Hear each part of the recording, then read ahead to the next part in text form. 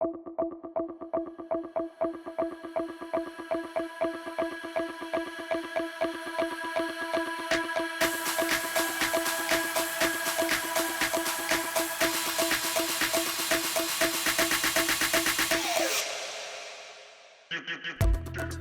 along with us on our week-long paddling and camping adventure through the Algonquin interior with 7 people, ranging in age from 8 to 54 years old. Algonquin Provincial Park is in the Canadian province of Ontario, about 160 miles north of Toronto. Algonquin is bigger than the states of Delaware and Rhode Island, with over 3,000 square miles of undeveloped wilderness, containing over 2,400 lakes, 750 miles of streams and rivers, and 1,300 miles of canoe routes. Our trip started at the western edge of the park at Magnetawan Lake, took us through Daisy Lake, down the Petawawa River, into Misty Lake, then through the beautiful lakes of Timberwolf Lake, McIntosh Lake, and then down to Tom Thompson Lake, with an ultimate exit at Canoe Lake at the end of our trip. This 30-mile route included 10 portages with a total distance of over 3 miles. It took us into the remote Algonquin interior, where we saw beautiful lakes, amazing landscapes, and had many wildlife encounters that we will remember and treasure for years to come. Our journey began with dropping cars at Canoe Lake and then catching a shuttle to our entry point. A 2-hour drive down dusty, windy dirt roads brought us to the western edge of the park at entry point 3, Magnetawan Lake, where we began our 7-night, 8-day adventure.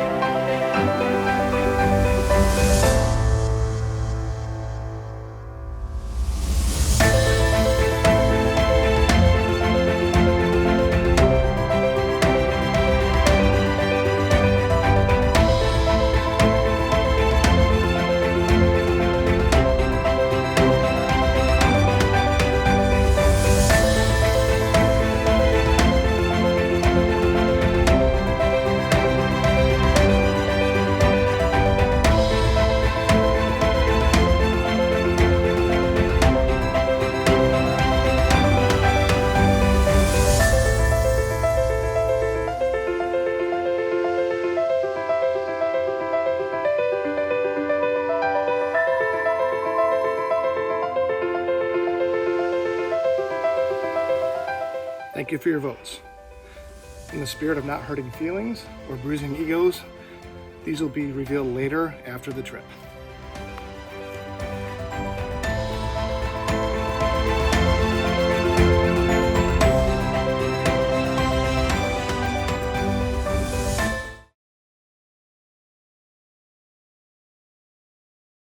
Our first day started with a drive down this windy dirt road to entry point 3, Magnetawan Lake.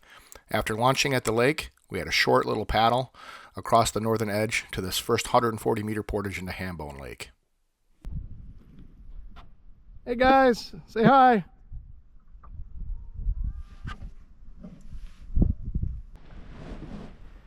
All right, our first portage.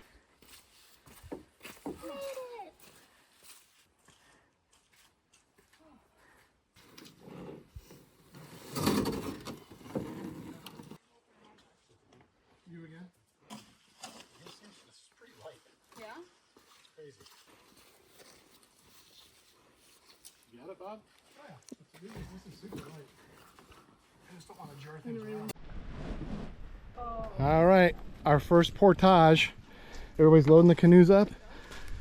We came from Hambone. Hambone. We did Magnetawan to Hambone. Nolan, go grab it. Next we're going to do Hambone to Daisy, where we're staying tonight. All right, we just finished our first portage. Portage. That's what they say in Canada, eh? They say portage here. We say portage, they say portage. Hey, Kate and Bill, say hi. Our first paddle on Hambone Lake. Say hello. First video at the campsite. Hi. We're on Daisy Lake. Say hi, Grace. We made it. Got a nice little fire pit here. One of the flat spots was right next to it. And we're over here. It's really beautiful. And we must have made it here, right? Oh, amazing. Oh, and there's some more bales.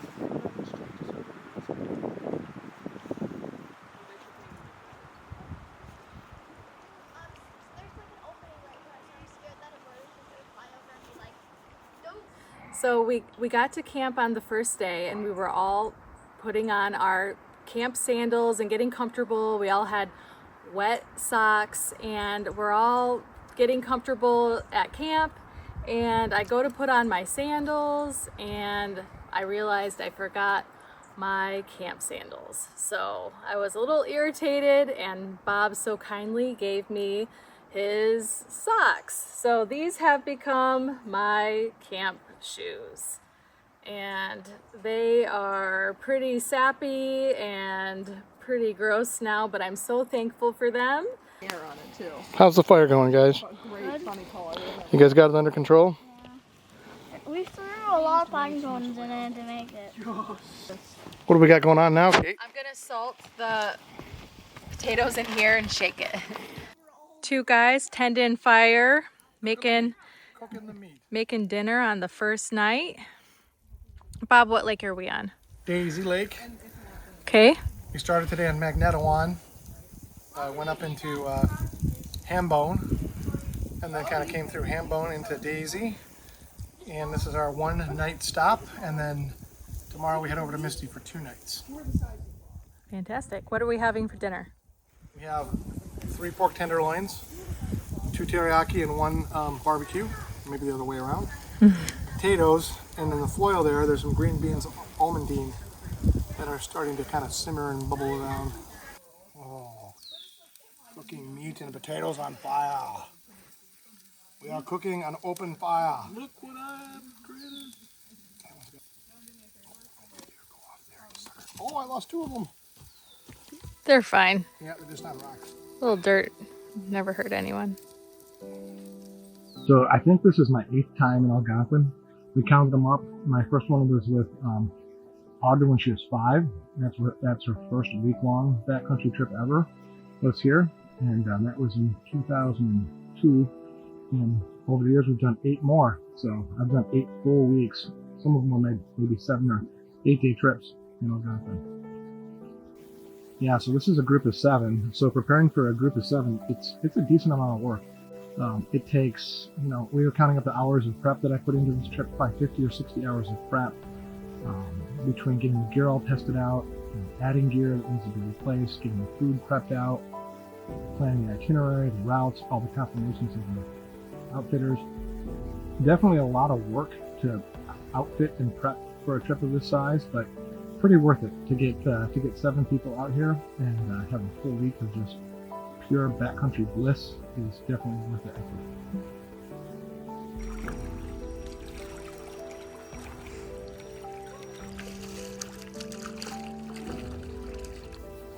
Yeah, this is my first time in Canada. Second time or third time out of the US. Yes, my first time in Algonquin, Canada. I have never been on a backcountry camping trip until this week, and the mosquitoes have been bugging me a lot, but other than that, it's been so fun. And the portages have been long, but there's also some short ones, and the short ones are pretty fun. And then there's this really pretty one too. The funnest thing about camping is probably the swimming.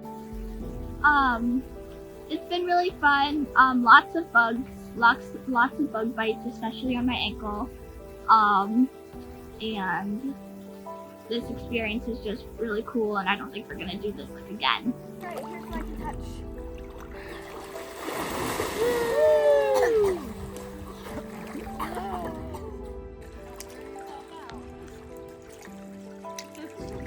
The last time I was backcountry camping, I believe the year was 2009, if my memory serves me correctly. The year is 2025, so that means it's been about 16 years. Once again, if my math is serving me correctly, I'm back in the backcountry after 16 years. Feels good. Kind of. Sharing a canoe with my sissy, with Audrey. It's been pretty good. It's been going pretty smoothly. It's fun to be able to be an adult in the backcountry and be able to be at the front of the canoe. I'm not stuck in the middle anymore.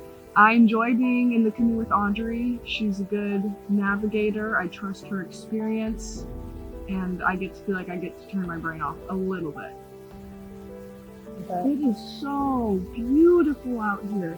The lake is so calm right now, and there's just little glimmers of the sunset coming on the water. I cannot believe how beautiful it is. This is why I'm here. That's the way, I like it, Peace, punch, Captain Crunch, break the wall, waterfall, girl you think you got it up. Kids are down here. Nolan's fishing. Bryn was doing a little reading.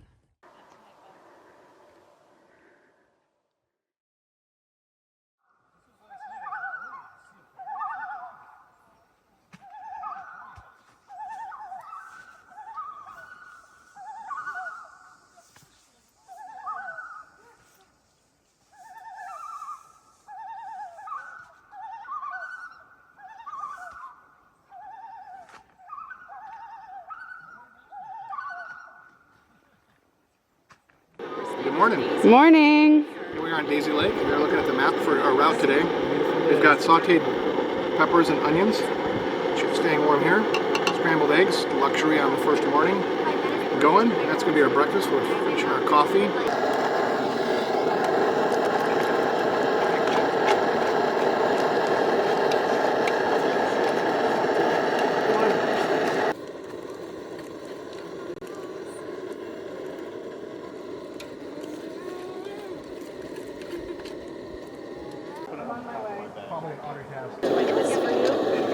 And you can see the To chocolate. get to this side, it's the little luxuries that keep you snapped. But for today, We knew our paddle on the second day was going to be the hardest. Our day started off on Daisy Lake, where we had camped the night before, and then we paddled down to the end of Daisy Lake and got into the Petawawa river system. We knew there was a lot of beaver dams we were going to have to pull through on that section. Then we made our way into Misty Lake, looking at all the campsites around the North Bay, and eventually settling on a great campsite on an island on the eastern side of Misty Lake. Here we are on Daisy Lake, heading to the Petawawa River and eventually to Misty. The word of the day is beaver dam. I think that's 2 words, isn't it? Everybody was well prepared for this long day. We had talked about it in the wintertime months before when we were doing our route planning. We knew that we were going to have a lot of portages, a long way to paddle, and a lot of beaver dams to pull over. But at the end of the day, we knew it would be well worth it to get us deep into the Algonquin interior and be able to see some of the most amazing lakes that exist in the park.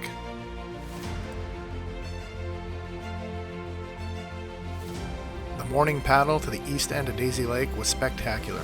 The weather was perfect, with hardly a cloud in the sky, and we all felt the excitement in the air of finally starting what we knew was going to be one of our longest and hardest days of the trip.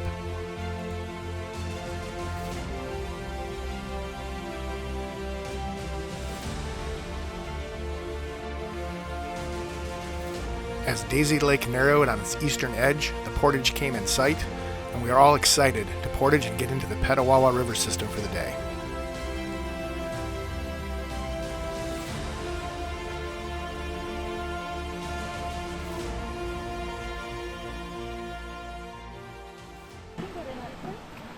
Here we are at our entrance to the Petawawa River, coming from Daisy Lake. That right there is the very start of the Petawawa, that waterfall.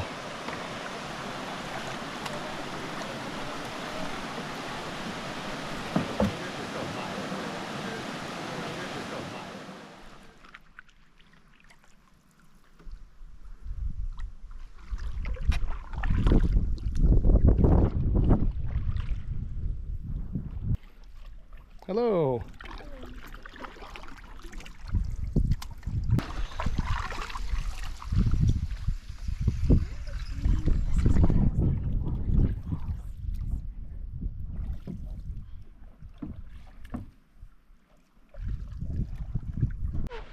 There's our first beaver dam.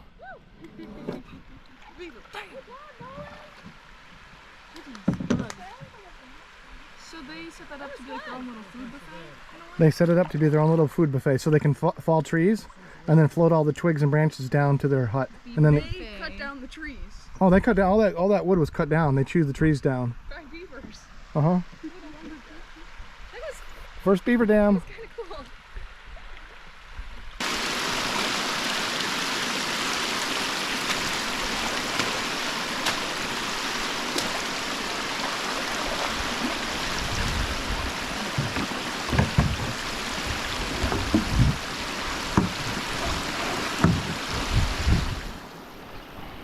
Look at Kate go pull that whole canoe around.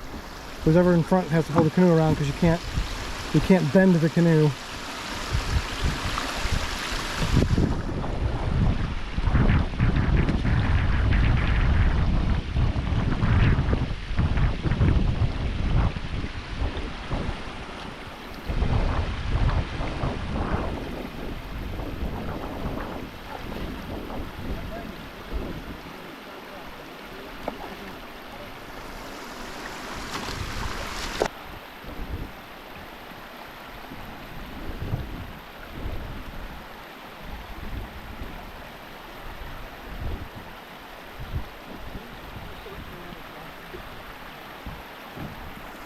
All right, off they go. Well, that crew is leaving. We got the next one staging in. Here comes crew number 3.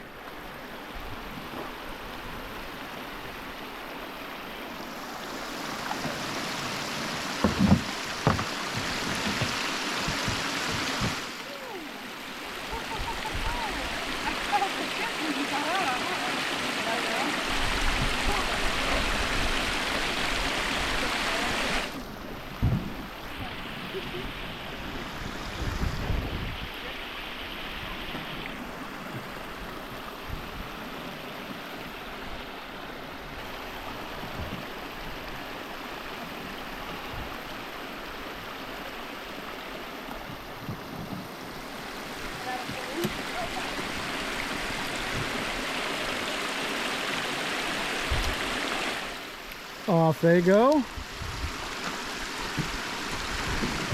Bye-bye. Bye-bye, beaver dam. And I'll let you just see what I'm filming in. I'm just standing on the beaver dam filming.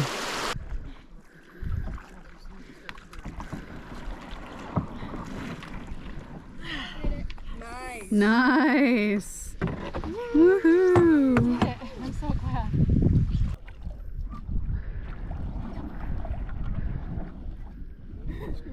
Scooch, scooch. Scooch. Yep. Scooch. Woohoo. And that's a good beaver dam. That is a good We'll one. take it. We'll take We it. saw this pretty frog, and it had like cheetah prints on it. It was 5-star so beaver pretty. dam. Oh, It's a 5-star beaver dam. 5-star beaver dam.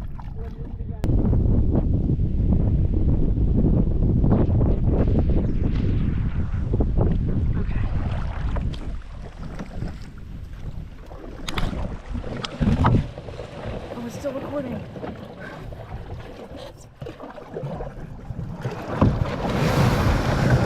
Oh.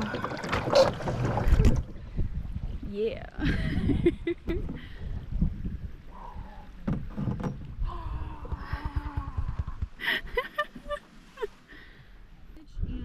where we're going to our campsite. Say hi, Nolan. Okay, we just got into Misty. This is the section of Misty that has an entrance that's just all like a grass mat with a little bit of a labyrinth maze through it to get to the actual lake. So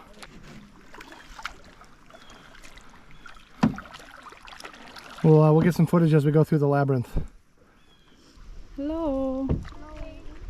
That was the best bungo we've seen in a canoe. At one point you were going backwards. I was like, why are we going backwards? I couldn't think we could go through the other side. So. Bunglers. Just bunglers, I tell you. Oh, well, once we got there and we're looking for campsites, I was ready to find our site. I got a little discouraged at first after the first 2 or 3 campsites didn't work out, but it was well worth it to get to this site and find this place because this place is amazing.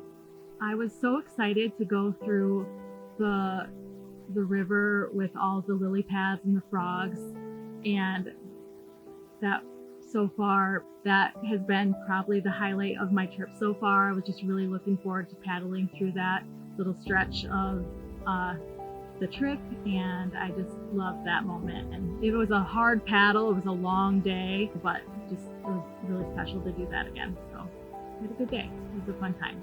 Hi, Nolan. How you feeling?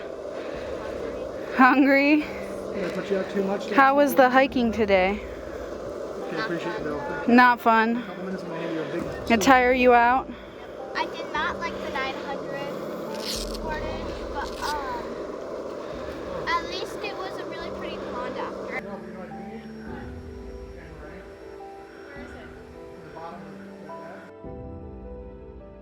This is the first time I've ever been to Algonquin, and I will tell you that it is as beautiful as they say it is.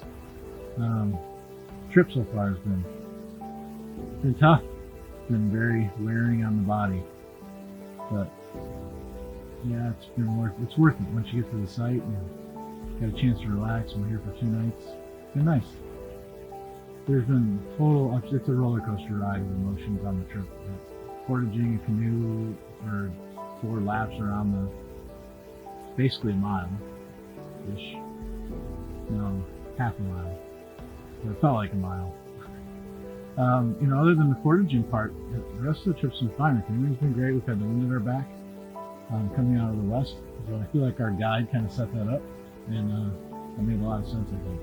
Giant cauldron of Spanish rice cooking. I want the lid back on. Yummy chicken to go in it. Mmm. Probably be ready in about 10 or 15 minutes. Yummy. I think everybody's going to really enjoy it. Oh, yeah. Hey, Grace. No? How was your day? We might have to take it off and actually let Good. the dirty bag down. Yes, it was a good day. Bag off the hook. It's hot. Lower it down. I've been on many Algonquin trips over the course of my life. I think this one would be number 8, is what we counted out earlier. It's quite interesting for me to be out in the backcountry, specifically Algonquin again. It's really the only place I've gone backcountry camping, and in a way it feels like I've kind of grown up here. Yesterday's trek was a hard day. We had a good 6, 7, maybe on the long estimate 8-hour day of paddling and hiking and carrying packs and canoes, and it really, I think, wiped everybody out. And personally, at the end of the day, I was ready to lay down and go to sleep. I would leave it at that.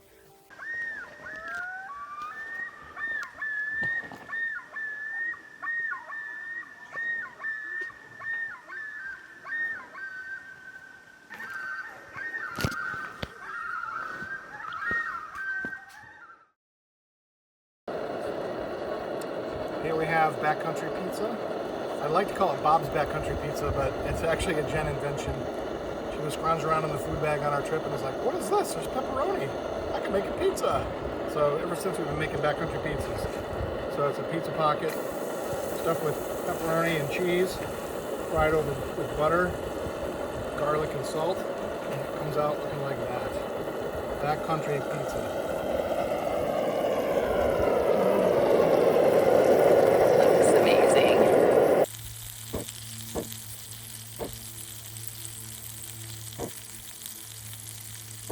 Guys, how's the pizza? Good. I already finished it. It's so good. Amazing. We are in Algonquin. No, I have never been to Algonquin. Sleeping in a tent with like 4 people is quite hard. Last night, it was kind of hard to sleep. So yeah, it was really hard to sleep because like I kept waking up because of Ren, because she was moving so much. At night I can barely hear my dad snoring. That does not wake me up.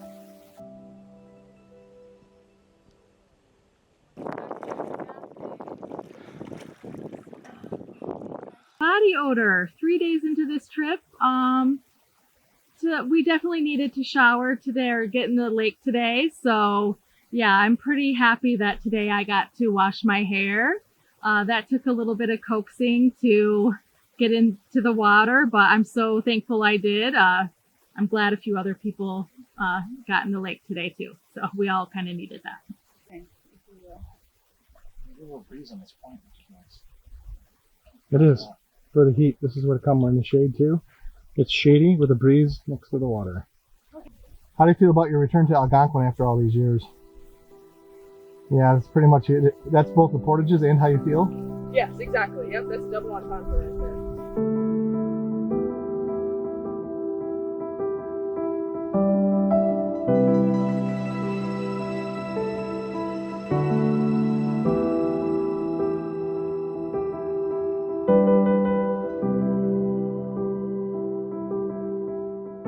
Yesterday, while we were looking for our campsite, for reasons I don't need to share, me and Andre got a little irritated. We were a little annoyed in our little canoe of ours, so we were speed paddling.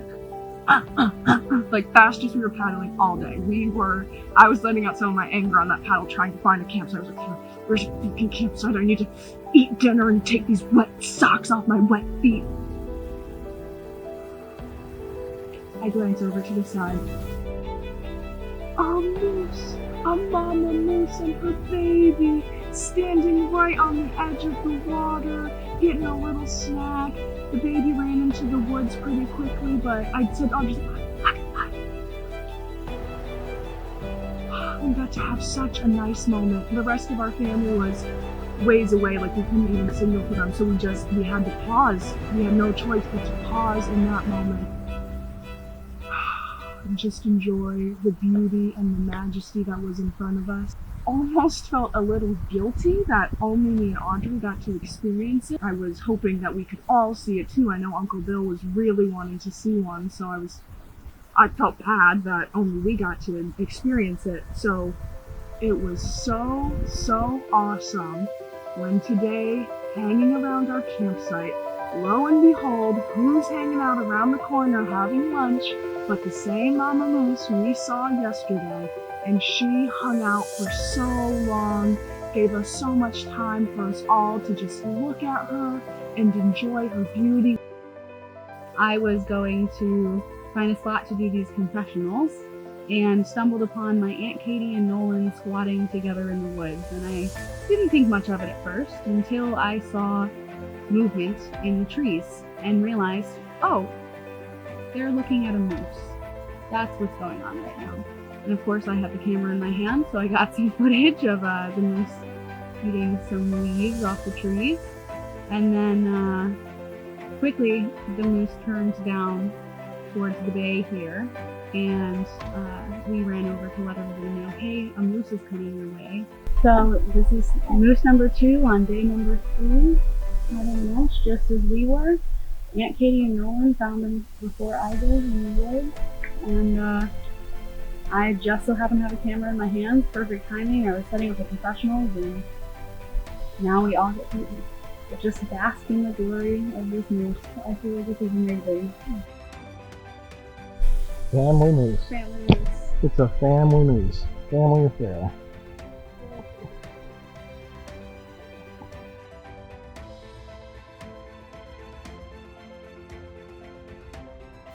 You know, oddly enough, coming out here, I always thought that I had like a moose jinx upon myself. So I finally got to see a moose today. It was so neat. Just down, sitting on the little pyramid point that we have here at our site, and everybody came down saying there's a moose about to come out, and sure enough, man, as soon as we looked out to the left, there was a moose right on the shoreline. It was absolutely amazing. It's just neat to finally see one out in the wild.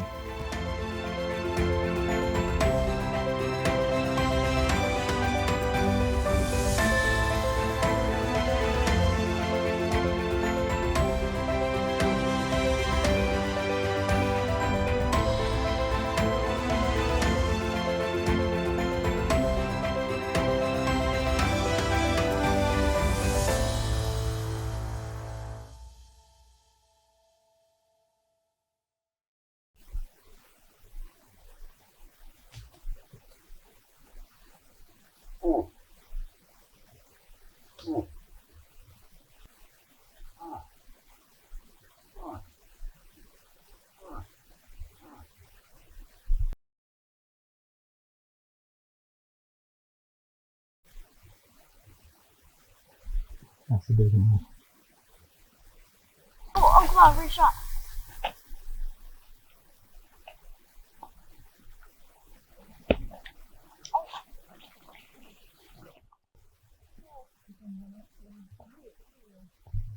I don't know what he is. He's either this common snapping turtle or alligator snapping turtle. I don't know, but he is about 2 feet long. One of the biggest turtles I've ever seen. It might be a snap alligator. Look at this. It's an alligator snapping.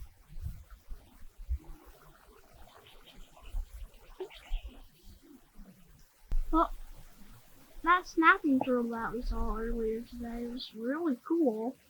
I tried getting a frog to feed it and see if it'll snap at it, but it didn't really work out that way.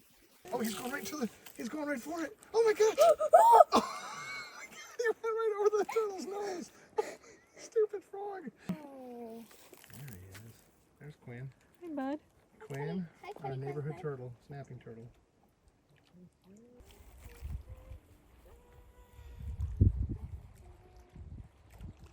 All right, Bob, want to tell me what you have going on? First, we have some yummy, lovely beef stroganoff, supplemented with some extra ramen noodles for those who are larger.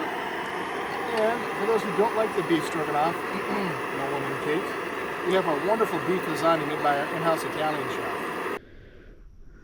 One of my favorite things to do, swimming in the lake right at sunset. Jumped in for a quick cool down. Ah.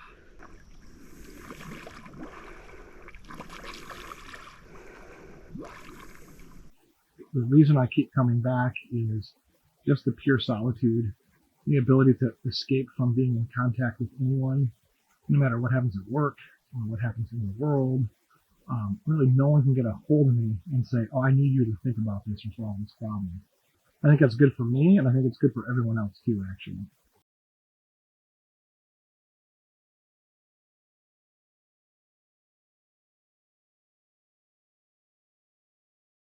Launching from our campsite on Misty, where we've been for 2 nights.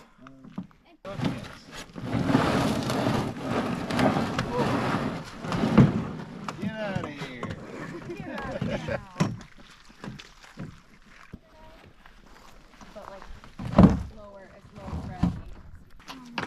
We're on Misty right here, and we're gonna go this way into this portage right here that says 120. Okay. And then we're gonna come down into Timberwolf here, so that you can follow along on this map.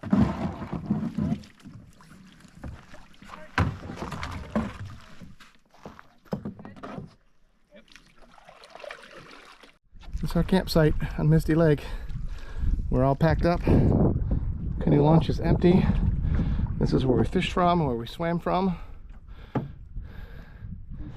It was a great campsite. I think everybody really liked it.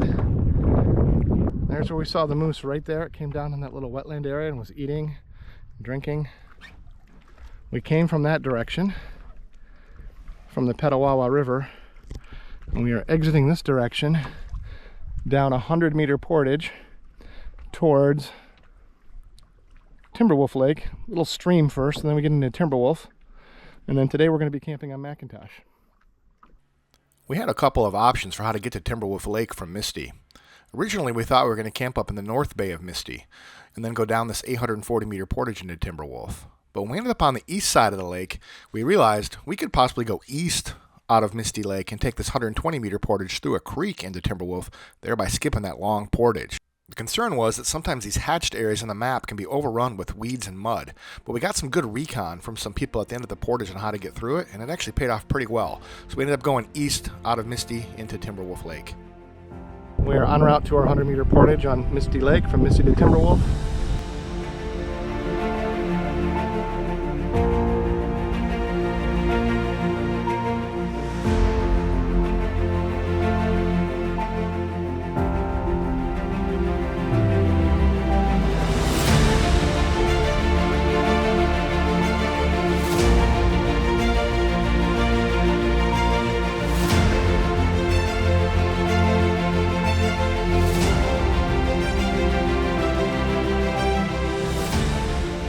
Here we are at our 100-meter portage from Misty into a creek that leads to Timberwolf.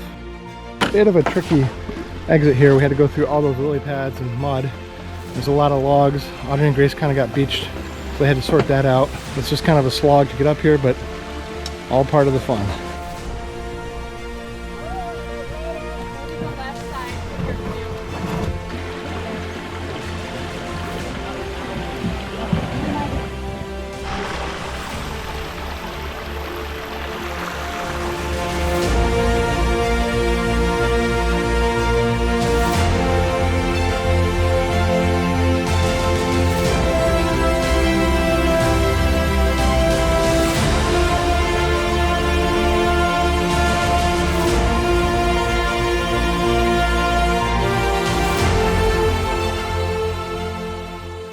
Where we came from.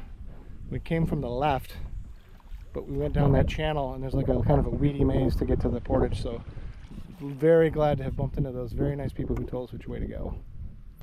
We are on a river connector between Misty and Timberwolf. Kind of a weedy, lily paddy river. It's okay. No.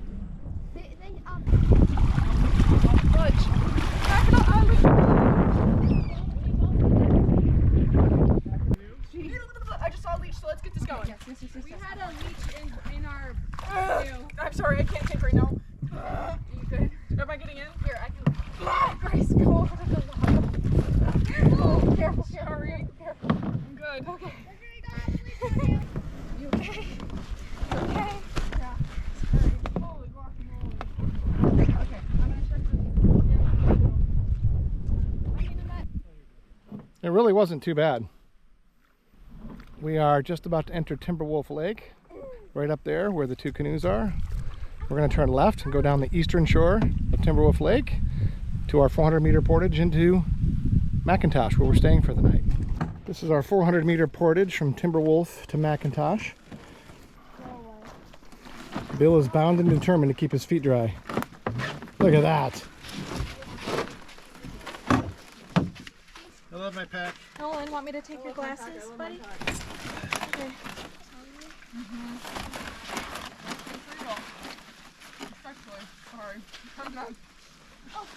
And it's lunchtime.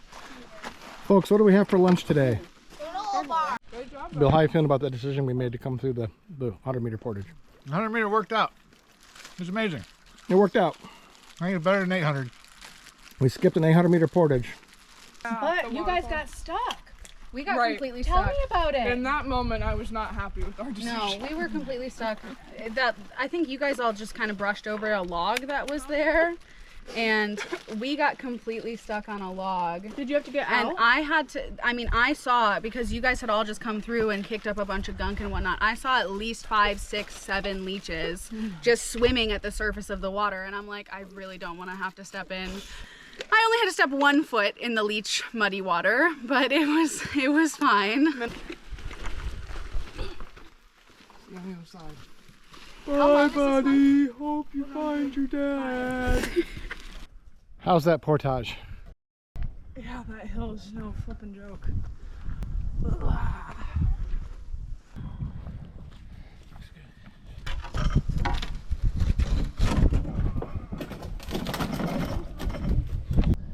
Something happened to me for the first time, finally. Finally felt somewhat comfortable on my shoulders. For the first time. Nice. Nice. How's that portage? That hill was a killer. We just did the 400-meter portage from Timberwolf to McIntosh. This is McIntosh, where we'll be camping for the next 2 nights. And then we're going to start scouting for campsites. We will be on this lake Tuesday night and Wednesday night. The other end of this lake has a 2,350-meter portage. We'll be doing that portage on Thursday in 2 days. We got a lot more food and drink to get rid of before then, and hopefully be able to make it down that portage trail at 2,350 and in good shape.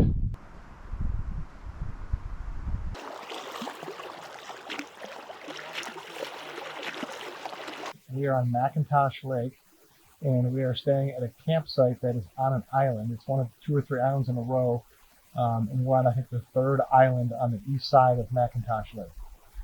We just arrived at McIntosh Lake. We have the best campsite we've had the whole trip, and before we've unpacked anything, we've all decided we're doing a quick nip of the Grand Marnier.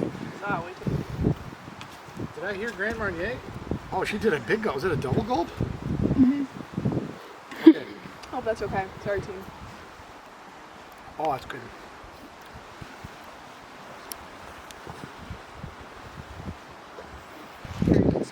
Bottoms up. No, I'm kidding. Bottoms up. She finishes it right here. We've got a great campsite here. It has a rocky shelf. It's got a really nice shallow walkout. The water is really sandy and flat rocks that goes shallow, nice and slopey. And we've got this nice rock front porch. And then a little rooty through here, but it's kind of stair-stepped. And we come up to like a really nice, flat, open campsite. It's really been great. Big fire pit with lots of seating has been great for all of us. And then these guys have obviously set up a little card playing station. And we have the hammock area for resting over there. So this is kind of the kitchen and living room, dining room. And over here we have the bedrooms. It's a two-bedroom ranch with 1 bath. Actually, it's just a half bath. That's okay. 1 bedroom here. This is one of the flattest tent sites we've ever seen. Very nice for the big tent. And then the 2nd bedroom is over here. 3-person bedroom. We are currently at Lake McIntosh. We are at a beautiful campsite. It is very flat. We're on an island. It is so pretty.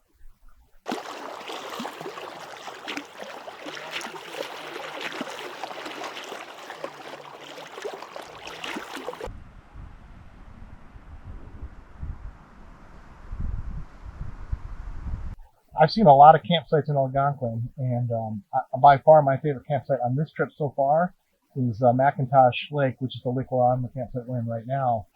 So this is definitely my favorite campsite of the trip and one of the top 5 I've ever seen in Algonquin. Having a hard time saying that this is the best campsite.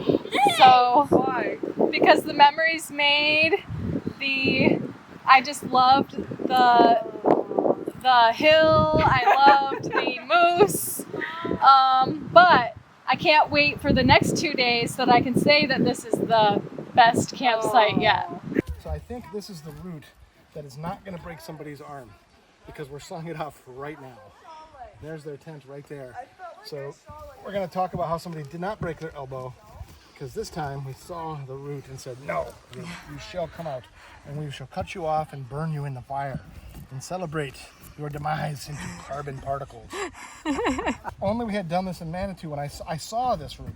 I saw it and I said, that's a trip hazard. Hey kids, look at this. And I should have just gotten a saw out and just sawed it off. I hate it. I hate this route. Hey Bryn, look at what Uncle Bob's doing for you. And Nolan and all of us. We should bring that stump home And- have a little segment of Algonquin right. and of Manitou. Right, we'll be like, nice job. Nolan's taking out the root that would have broken his elbow. No, it only takes a minute. Yeah, dude. Go fast now. I can see it moving. Oh, See the monument. whole It's an we have a new Algonquin monument. Oh shoot! Grace. Or It was going to be a arm breaker right in front of your tent. Oh my goodness, look at that. Woo! We're burning that. Are we gonna use this to help the That's a great, awesome. my Dan's getting tired, yeah. We'll You do need to this get tired one. really quick.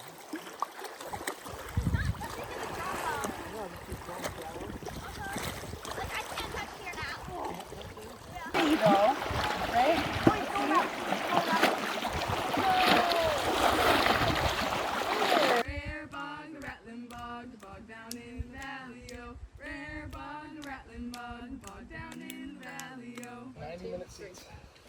Leaving us dry.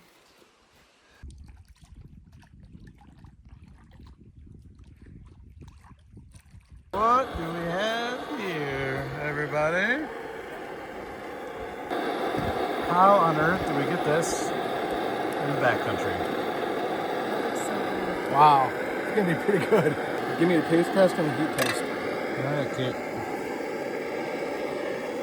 If you need to, there's one extra bowl. There's 8 bowls here. So we can actually, I don't know, before we do the 8th bowl, let's just see how much.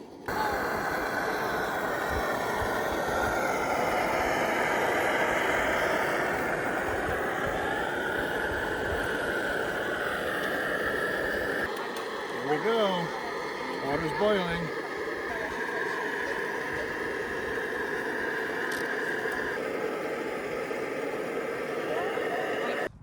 Every time I come out here, this is the meal I look forward to the most. Mom's spaghetti sauce. Cheers with our bowl. Delicious. Cheers. Bowl cheers. Yay! Bob is an amazing cook. But the best thing so far gotta be Aunt Jen's spaghetti. Aunt Jen's spaghetti rocks it out, man. Tell me what you think about the spaghetti. It's just like I'm at home. Best meal on the best site of the week so far. I'm doing the bulk of the making breakfast, making lunch, making dinner, because I know how all the food is to be prepped. And I really enjoy cooking in the backcountry. I love prepping the food and then looking around at the lake and the woods and then handing the food out to everybody and seeing how happy it makes them to eat backcountry pizza or Jen's spaghetti. It's so much fun to cook and then see everybody just so enjoy how much better things taste in the backcountry. So tell us about this knife you're using. This is Swiss Army knife. Oh, let's see. Hold your finger up. How'd you do that? I was holding the Swiss Army knife the wrong way, and that's how it happened. I got the Swiss Army knife from Aunt Jenny. Just Aunt Jenny? I'm standing right here. And you. And Uncle Bob. And Uncle Bob. Don't feel left out. This is my first time using an army knife. So, be careful. Yeah, good job stepping away from me because I have a sharp knife. Nolan and I just built this fire. I think he's pretty happy about it because where'd that log come from? Me? That's all you got to say about that? Yeah. Is this your camp job? Yep. Is it one of your favorite camp jobs? Yes. Helping make the fire and keep it going? Most definitely, yes.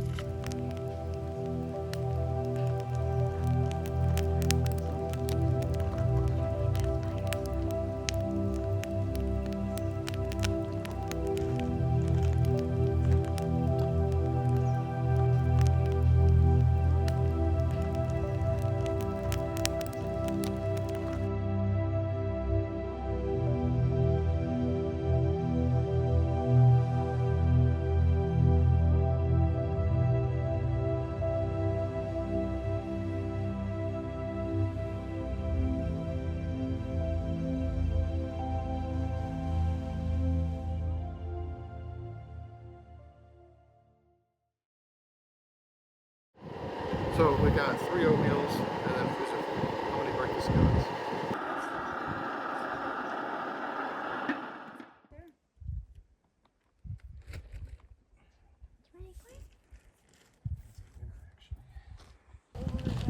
Say when I go to the bathroom or something.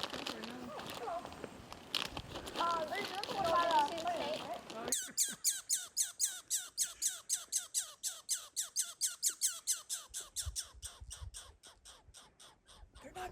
finish their breakfast. Right. Everybody's getting too close. Don't move. He's actually learned that if he comes in close, sometimes people will throw food at him. That's what he's looking for right now. He's been trained to come in and people will throw scraps. So he's like, when are you going to throw me some food? It's just little. It's right here, in front of my feet.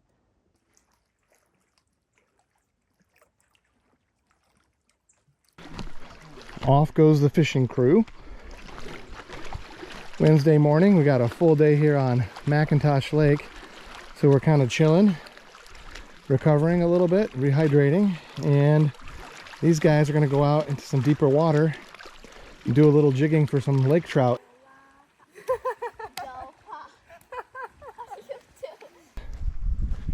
Nice little hike through the woods here out to the point of this island. It faces off to the west so you can get good sunsets. And that's where Audrey was fishing this morning and the line got stuck. So I'm going to hand them the pole so they can kind of canoe out away from the point and kind of hopefully free it from another angle. Hello! I'm guessing you guys want a fishing pole. Here we have the fishing crew. Say hello.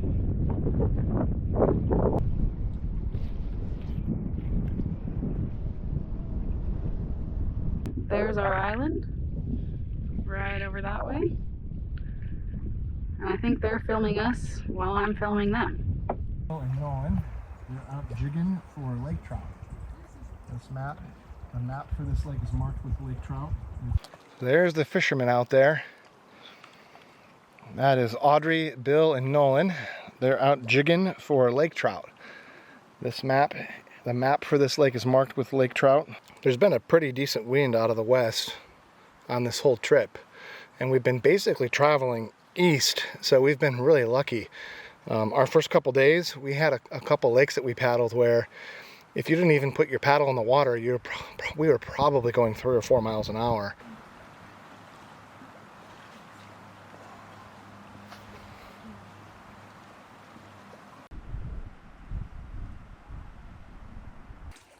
So yesterday we had a little issue come up with the canoe during portaging. One of the cross beams you can see here, this is like the gunnel support, came loose. Look at this, it just completely came out. And at first we thought we broke it, but upon closer inspection we realized that somebody had probably broken it on a previous trip. This bracket came completely off, and it looks like somebody did a little backcountry hack on it where they put some duct tape in. It really needs a washer, so it looks like somebody put some duct tape in. And what happened to us yesterday is this just pulled right through again. So what we're going to do now is we're just going to put it back the way it was and just be careful with it. But this is just an example of a little backcountry hack we have to do. That's why we always travel with a little Leatherman and a multi-tool so we can make little fixes like this. They really should have repaired it with probably a bracket like this so it can't pull through again through this fiberglass, through this carbon. But that's okay, we'll fix it, and I think we'll be good for the rest of the trip.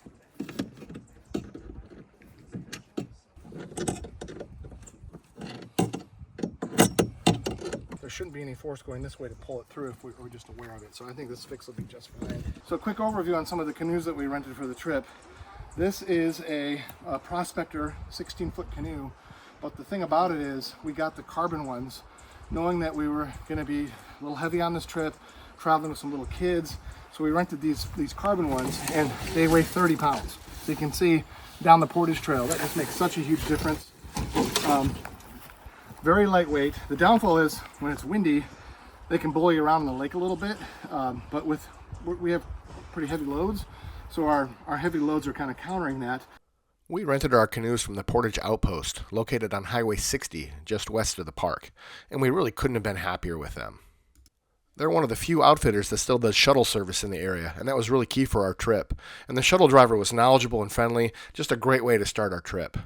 They also had these carbon ProLite canoes, which were super light and made for more comfortable portaging. A big thank you to the Portage Outpost for helping us on our trip. Their staff were friendly and knowledgeable, and their portage store was just a wonderful thing to visit at the end of our trip. So tomorrow we have a 2,350 meter portage. It is our longest portage of the entire trip, and we've been talking about how we're going to get through that long portage. So tomorrow we have our biggest portage of the trip, being 2,350 meters. And we were hoping that we would get to the point of being able to single portage the trail. at that point in time. But just looking at how we're doing and how we're carrying our weight, it doesn't look possible. Really, more of my primary function is being a little bit of a hauler on the trail and trying to haul one of the lighter canoes at the same time as I'm hauling my pack, potentially trading off with my sister Grace from time to time, just so neither of us wears ourselves out. We're going to have at least 2 people are going to have to go back. What we're thinking is getting everything down the trail except for the heavy canoe. We have 3 canoes with us, 2 lightweight ones, 1 3-seater that's heavy. So I think we're going to leave the heavy canoe, get everything else down the trail, and then 2 people are going to come back and then alternate and tandem the heavy canoe back and forth to make that a little easier to get back. Oh, the loon's right there. The loon is right there. Hi. You looking for your family? They went that way. I think he's saying, hey guys, I'm on a school of fish. Oh. There he goes. Wow. That's That was awesome. That was so cool. That is a seaplane. That is the same seaplane landed on this lake in 07. Uncle Bob, you're not an idiot without a drink in your hand. I'm sitting here like not an idiot with the drink in my hand.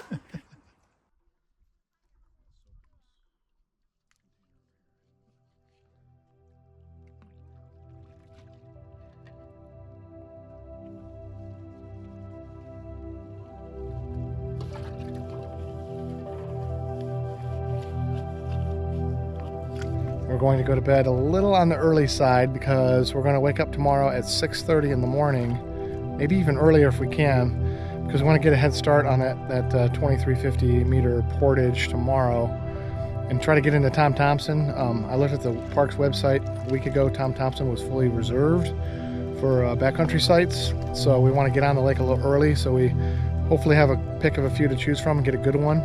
We just finished a really good dinner, macaroni and tuna.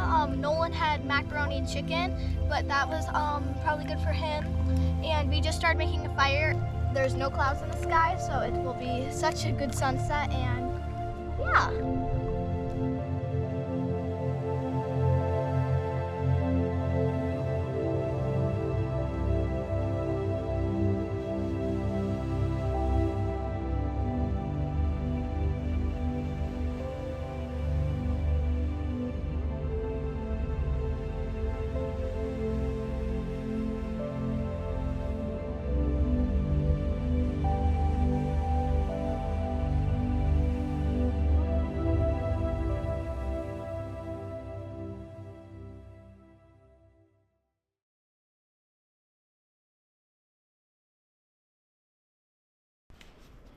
Morning at camp on a travel day. Why don't you tell me what you're doing there? Packing up my bags to pack up my bag. Everything has to get put into that purple bag for Grace. And today I'm going to try to take a little bit of weight off of it so that you can carry a canoe with Audrey. This is the madness of packing the kids up and myself, and the chaos before it's magic and all put away. Primarily my job here is to take care of the kids, and I'm basically just running around doing whatever I can for them. So I feel like I could do probably a lot more around camp, but I'm really just helping out with the kids. This is crunch time, and we are just doing the mad dash so that we can make it to our next campsite. I think it's our 5th morning waking up in the backcountry. I'm finally in a rhythm. I'm gonna take out some toilet paper now, tuck it up here, pack up my bag, so that way right before we leave, when I have to pee and all of my stuff is packed away, I got a little toilet paper saved for myself. That's a lesson I learned a couple days ago. This has been my favorite campsite, and why it has been my favorite campsite? Because when you are going to the bathroom, it's not up a hill. So every campsite has a little trail somewhere that leads off into the woods. This one actually happens to have a little blue sign to clue you in as to what you're about to find. Since we're on an island, this one has a little bit of a water view. Most of them don't have a water view because you usually go into the woods. and you will eventually find the Thunderbox. This is how one relieves themselves in the Algonquin backcountry. Might not seem like much, but it's actually extremely effective. A very simple hole in the ground with a box over it. Usually the door opens so that it blocks the path, so if someone comes from behind you, they won't see you doing your business. Pretty sure this is the reason they're called Thunderboxes, is people probably just are in the habit at home of just tipping the lid down, and if you do that with this thing, that lid probably weighs 10 pounds and it comes thundering down, and it's probably fooled a few campers here and there into thinking that there's a thunderstorm coming in. So the better campers know to lower that slowly so that it doesn't make a thunder noise. All right, and I actually came back here because I have to use this thing, so I gotta go.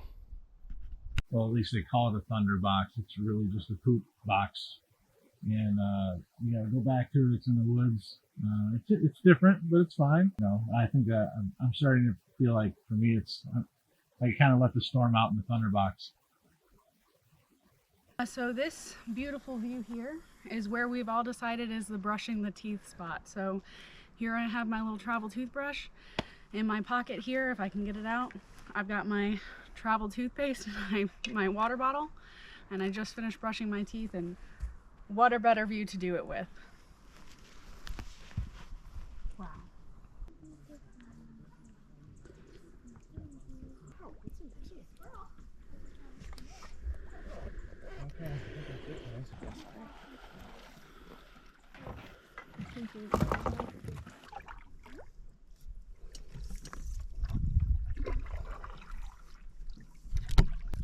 Good morning. It's Thursday morning, day 6 for us in the Algonquin backcountry. We have just left our campsite on McIntosh Lake. I think we got launched a little before 9 in the morning. It might have been 10 to 9. And we just started paddling here, and thought I'd give a little update as to where we're at. Today, we're heading right now towards that long portage, 2350, I think, meters, about 1.5 miles. Before we get to that portage, we have to cross McIntosh Lake, which we're doing right now. Then we're gonna paddle down something called Ink Creek into Ink Lake, which is just a teeny lake that has the big portage going out of it from there to Tom Thompson. And that's pretty much our day. We're camping on Tom Thompson then for the next 2 nights. So we arranged the gear such that I'm gonna go down the trail the first time without a canoe and just my purple bag. My purple bag is loaded to the kilt. The extender is up. It's probably got 75 pounds in it. That's about my max these days that I could carry. And the only reason I can carry that much is because it's only going to be for 1.5 miles. And we basically drained a lot of food in the last 5 days. We probably dropped at least 50 pounds, if not 60 pounds of food. Everybody's lighter today, except for me. And then the lighter people are going to alternate canoes. And when we get to the other end, me and Bill will turn around, head back, do the 1.5 miles back, grab the canoe and the red bag, and alternate those 2 bags, or those 2 items, on our way back for the triple portage. I think that's pretty much our plan today.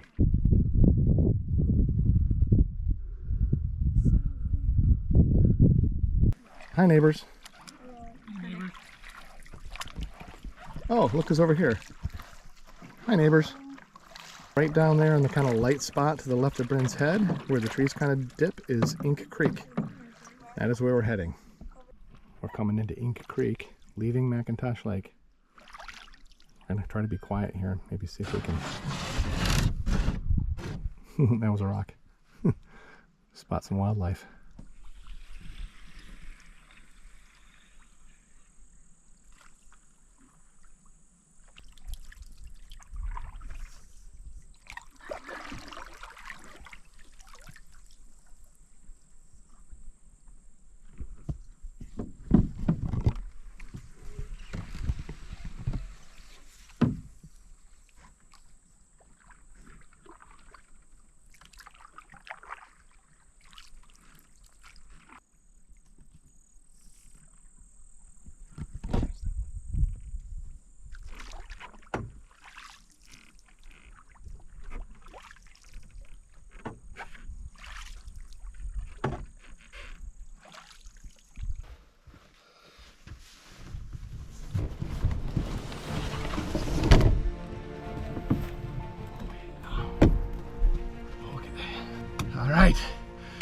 Here we are. The beginning of the 2350-meter portage from Canoe Lake to Tom Thompson.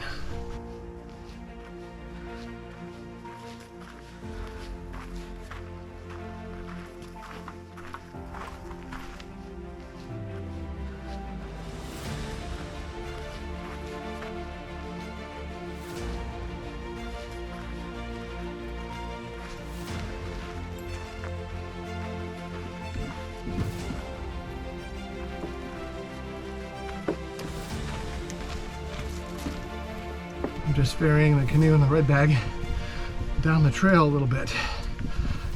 Give you a little sense of what it looks like underneath the canoe on a portage here. Nice little footpath, little wooden footbridge over this boggy marsh area.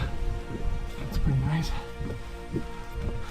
So the canoe I'm carrying right now is a 3-seater. I think for structural reasons, they can't make the 3-seater out of carbon.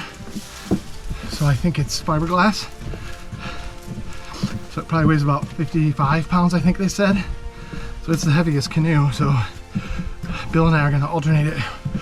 When I get my backpack down the trail, Bill and I are gonna come back. We're gonna alternate this with the red bag that's on my back right now. I'm just getting it down the trail a little ways to start.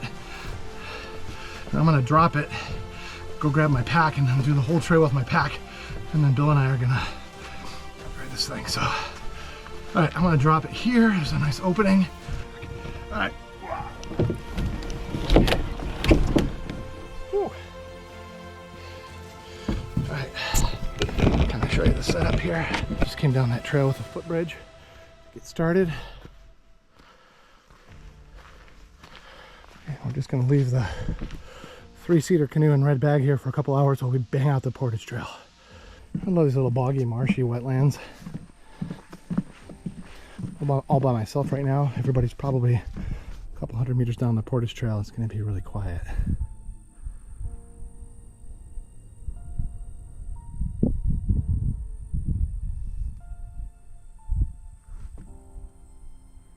Just gorgeous out here. It was tough. It was a tough hike through the woods, and I carried a canoe over my head for about 3/4 of the time on that trail. I was very lucky. I had my sister hiking right by my side, so she could help me take it up and down and rest a couple times. On the trip back, I kind of went into a different mode for a minute and carried a lot of ground, but Bob did a lot of that work, so but it was better than I expected. The long portage was kind of hard. I only took a couple breaks, and me and Nolan were actually the first ones to get to the end of it, which I think is kind of surprising. All right, let's finish this bad boy portage up.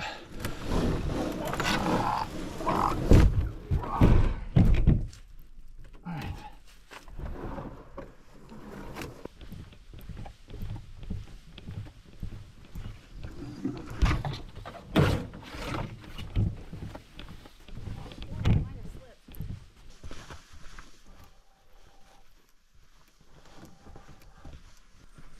Right into the water.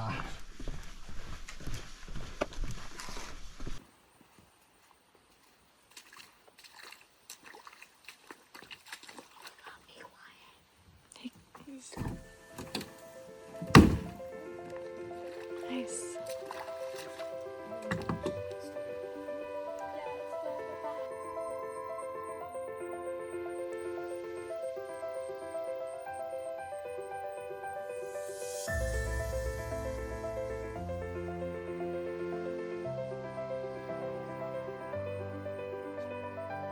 Mama and her baby, once again. We've all just been staring, watching them for at least a good couple minutes now. It is an awesome, awesome view. Great.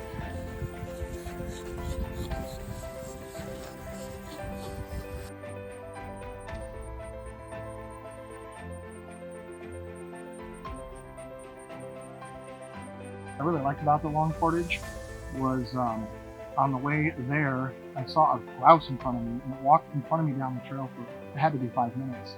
And on that same walk, I saw a little squirrel and a snake, and there was a moose and a calf at the end of the portage trail. what I really liked about the portages, it wasn't too bad, and I saw a lot of wildlife on it. That was pretty neat. My highlight of the portage, probably my highlight of the day, was that while we were going through, we saw spruce grouse. This is a bird that is kind of chicken-like. It was mostly brown and it had a little red on its face. When we came back to the camp, I opened up my little bird magazine I have that I bought, and the first sentence about the spruce grouse said that many bird watchers come to Algonquin just to try and see that bird. So I felt pretty lucky that we got to see it, and it was a really cool experience.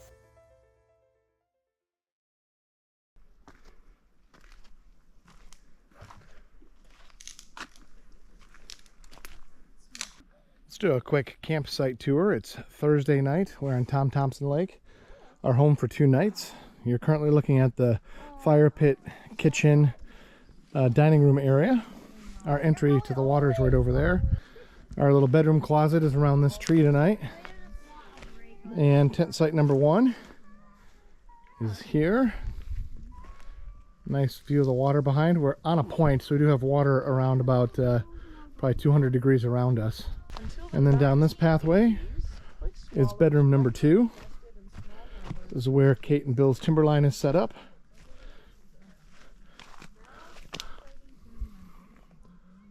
Of course, we always got to find our water station, which is dictated by if we can find a tree with a good nail in it to hang the water bag from for the gravity work system. And then down this trail is our water entry.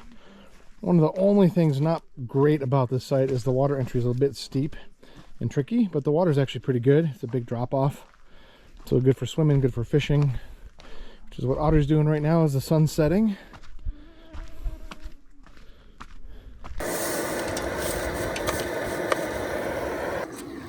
Chips and salsa. Electro caffeine gives you energy. Oh. Electro, like when you work out and you swim. Go Bob.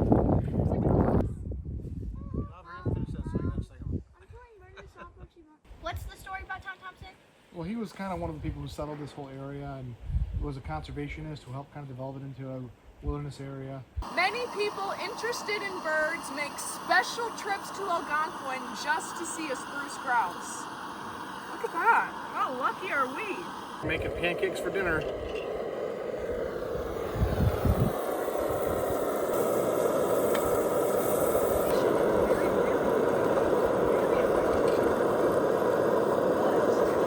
This is dehydrated maple syrup powder, and this is boiling hot water.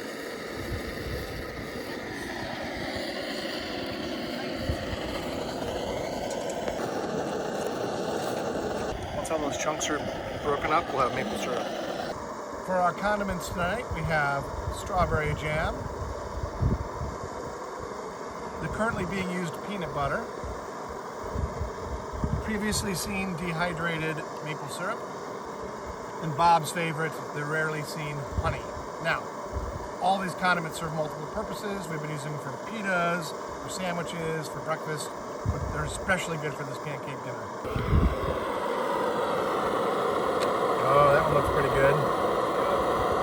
Here comes Bryn's. Boom, with Kit Kat. Basic flavor blueberry. And here comes Nolan's plain. Whoa, those are looking good. Everybody's pretty excited for pancakes for dinner. It's always a favorite. Pancakes for Dinner. Pancakes for dinner. Pancakes for dinner. Pancakes for dinner. Pancakes for dinner.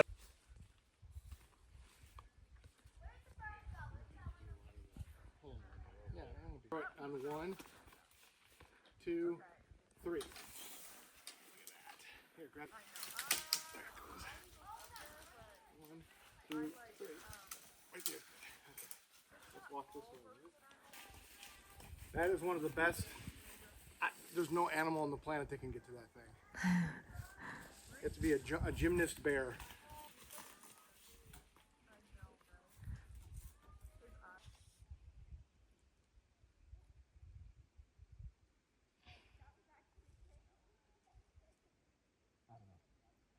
Stop feeding really close like a butterfly.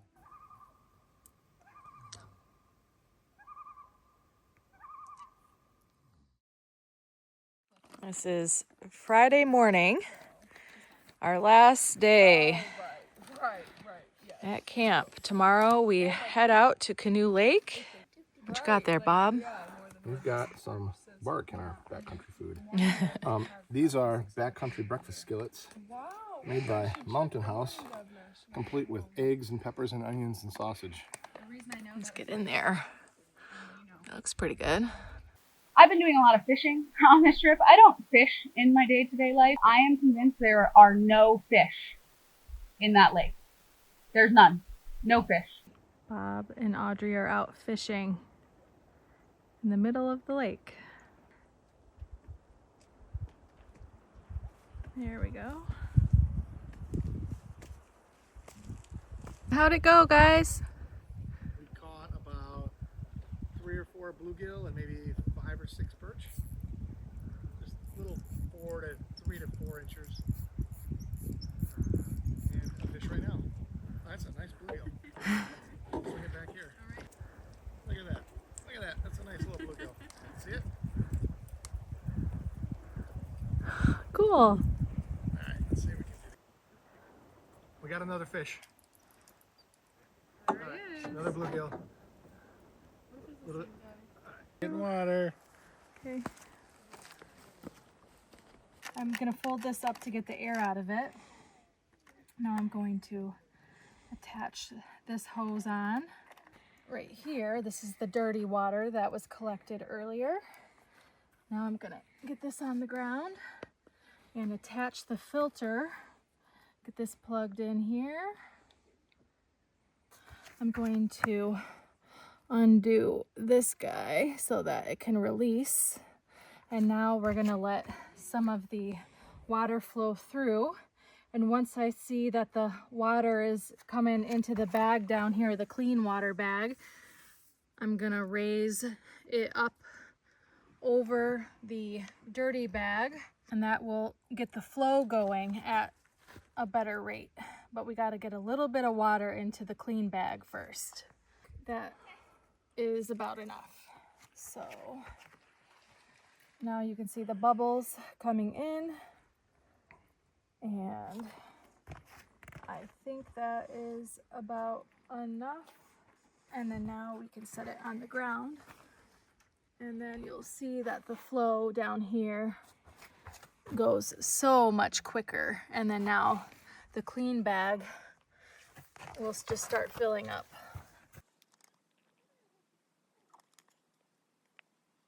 Tied with 9 points each is Uncle Bob tripping over the stump, or tripping over the rock while cutting the stump. Tied with Bryn tripping over the tent rope. So 2 trippings tied for that place. In second place with 16 points, we have Aunt Katie for getting sandals. And then in first place with 19 points, we have Nolan use the Swiss Army knife backwards. Biggest fail of the week.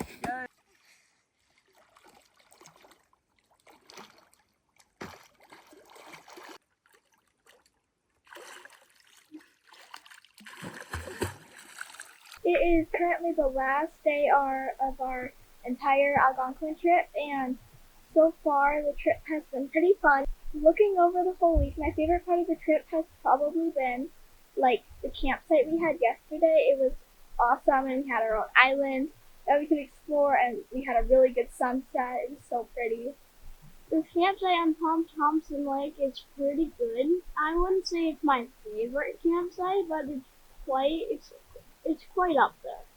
Probably seeing the moose at like by our campsite. Like that was probably like one of the coolest things.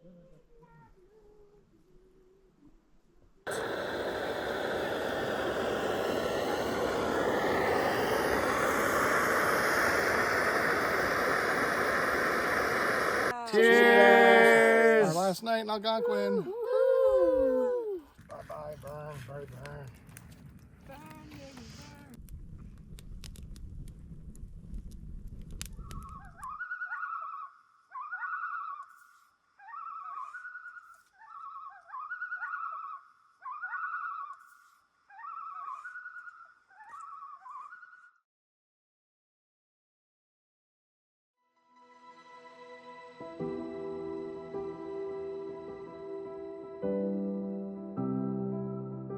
It's been a great trip. Loved seeing a moose. That was amazing. Been waiting my whole life to see a moose in the wild, so that was kind of neat. Absolutely beautiful out here.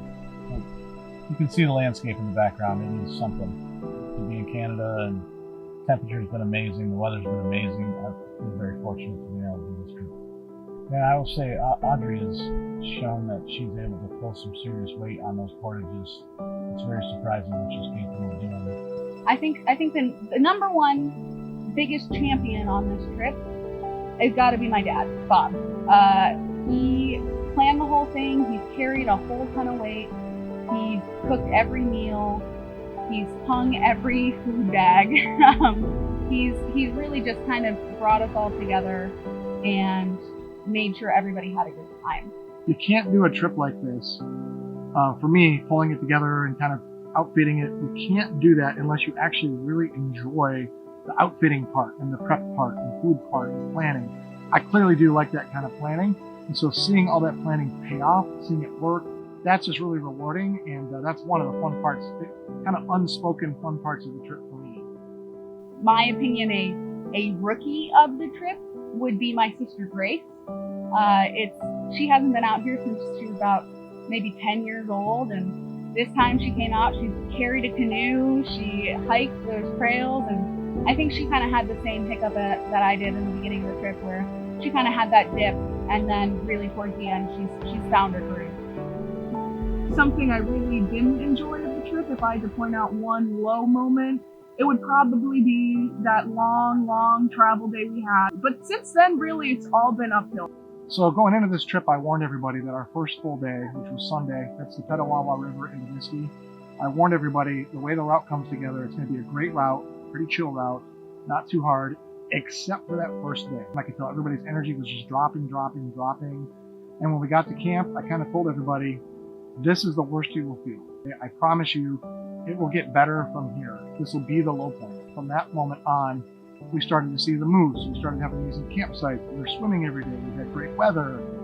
I think everybody pulled off of that low, and the rest of the trip has just been stellar. I think overall, this is probably one of the best backcountry trips I've ever done. So happy to be out here doing this again and experiencing it with the kids has been something I've been looking forward to for forever. So I'm just so glad that we're all here and doing it together as a family group. I enjoyed the river so much. It was the favorite part of the trip for me so much. It was the best. For me, the champion of the trip, I'm going to actually say my little sister, Kate.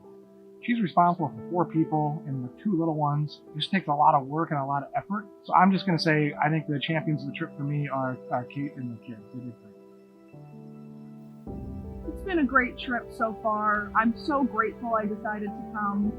When I was asked if I wanted to come, I said yes without hesitation, mostly because I knew there were things I wasn't going to enjoy and things I was worried about, but I knew that they would just seem so small and inadequate once we were out here. I mean, the time with our family is really so amazing. Of course, we all get on each other's nerves, but like I will say to my sister all the time, it's a blessing to have family so close that we can annoy each other so much.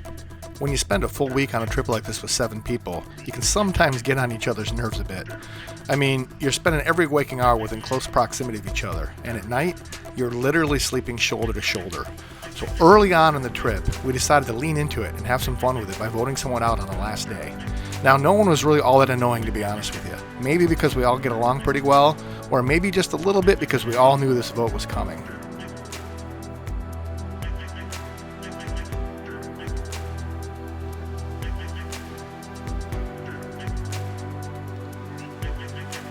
I'm voting you out because I'm so full every day, I couldn't have dessert.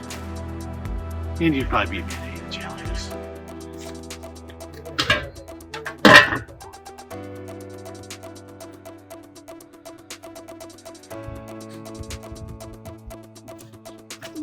Whenever I woke up with you either on me or your mattress on me, and you bonked me in the head while swimming. Sorry, not sorry.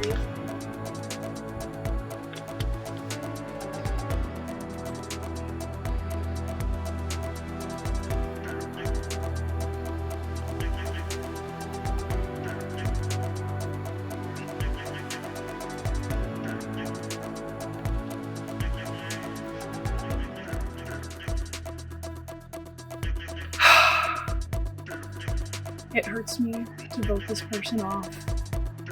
But for me, it's just a little bit too much singing with not enough noise and volume and control.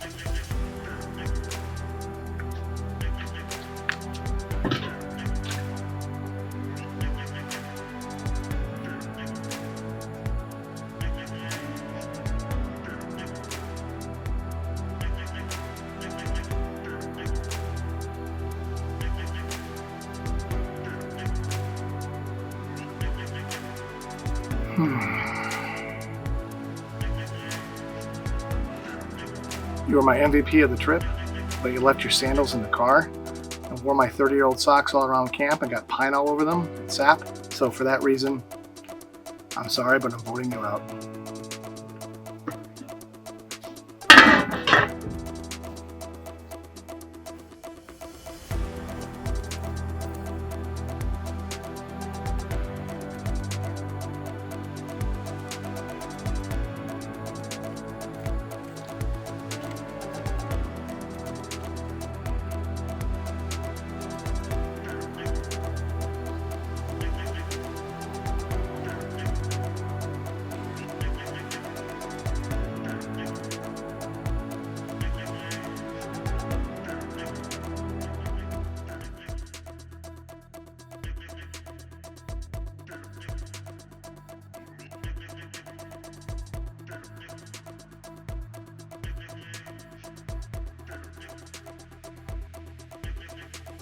Thank you for your votes.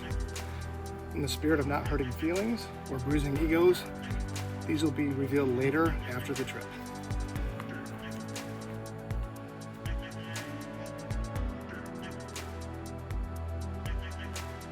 We will reveal the rest of the votes in a few minutes. But since everyone was such a good sport about this voting thing, yours truly, the guide for the trip, will be presenting a gift to whoever gets voted out to lighten the sting and let them know this was all done in fun and love. That gift is a brand new 30-degree down-filled Marmot sleeping bag. No one who went on the trip knows about this gift yet, nor do they know who was voted out.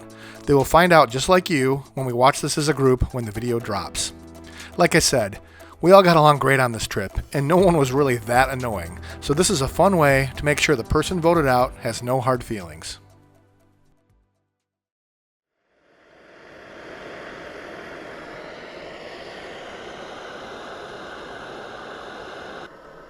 Morning, everybody's packing up on the last morning.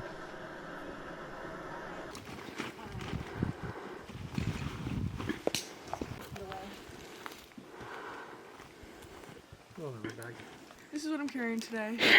Every day I've gotten a little bit stronger, so today I'll be taking this. Morning. Hey guys. Last morning on Tom Thompson, camp is broken. I always go back and just do a final walk around. Sometimes there's little things that were left. Got a nice morning for our last paddle out. Should be calm on the way to Canoe. Okay, we just launched. That was our campsite for the night. Bye-bye. Tom Thompson campsite, 2 nights. Yep, you want to turn right. The loons are saying goodbye to us.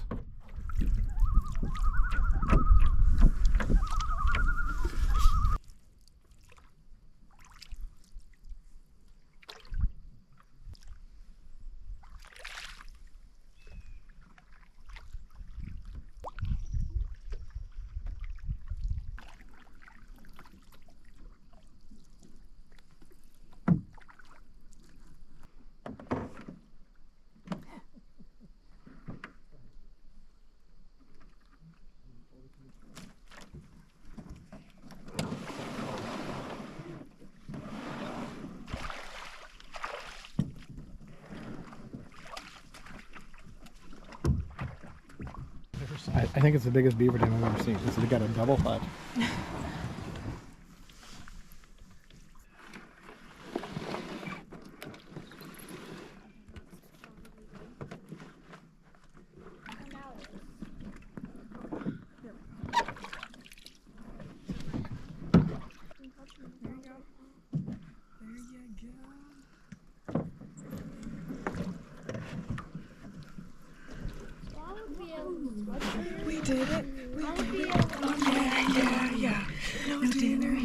tonight.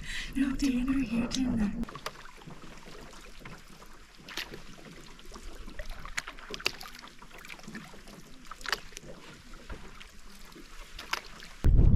So that bridge is a railroad grade bridge. That means that we're getting close to the last portage. I think you can almost see the last portage from under the bridge.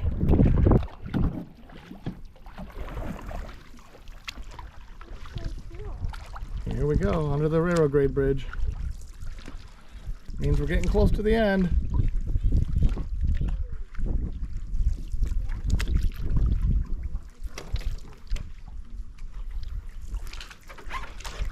There's the last portage. Here they are pulling out for it. It's 260 meters into Canoe Lake. The last portage. Woohoo! Last portage. Want to go back and do it again just for fun? Nope. The end of the last portage. Portage. What do you think? Hurrah. How was it? Not too bad. Hi. Okay, go. Okay, the last portage. The last portage. Woo! Last portage. Last portage. Hooray!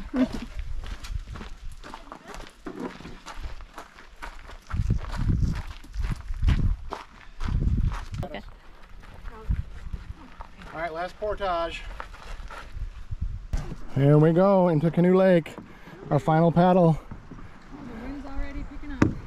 Into Canoe Lake we go. The last portage is over. Next stop is the car.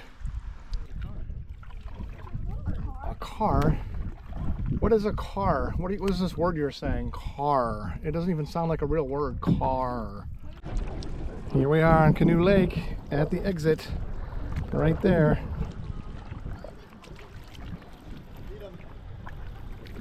This is the end of the trip after a week of paddling. All right, we finished. Woohoo! We made it! Woohoo! The trip is over. McDonald's, McDonald's, McDonald's, McDonald's.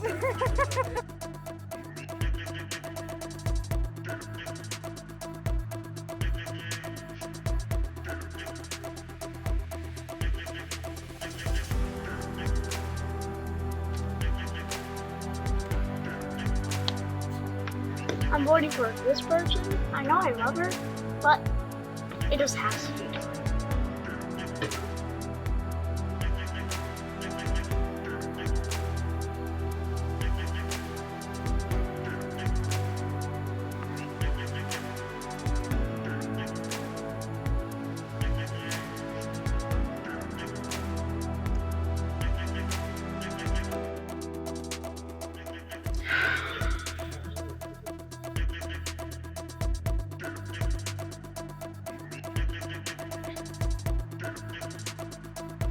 I love you, but you seem like you've been ready to go home, so.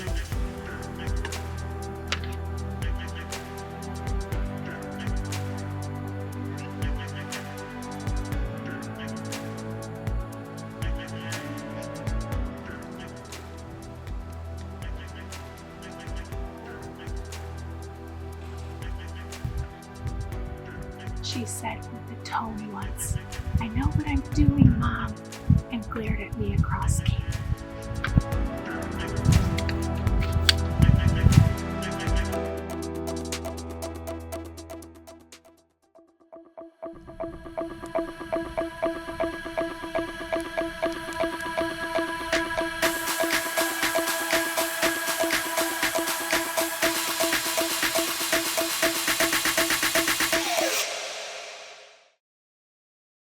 In front of the canoe with the...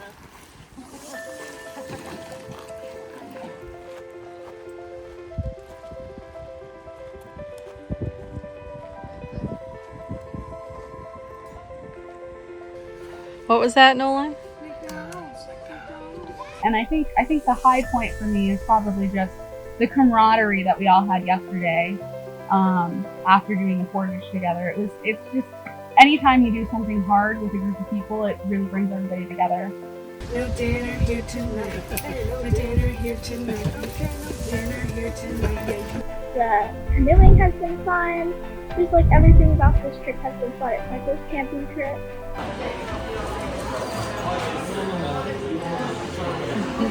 Yum, yum. I want some. What are you saying?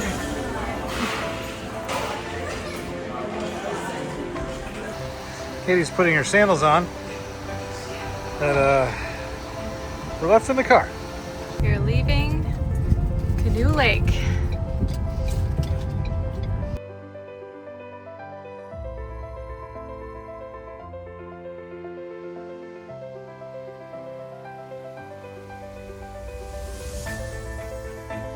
One more portage. One more portage. The final portage at the McDonald's steps.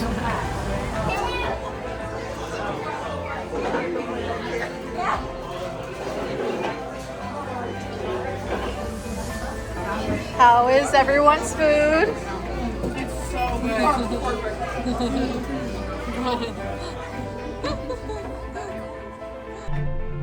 I already know that me and my family, all of us here, are going to look back on this trip with such fond memories, such fond feelings for so long. And that alone makes some of the roughness of being out here worth it, but also just knowing that we're all in it together makes me feel so much closer to everyone that's been here.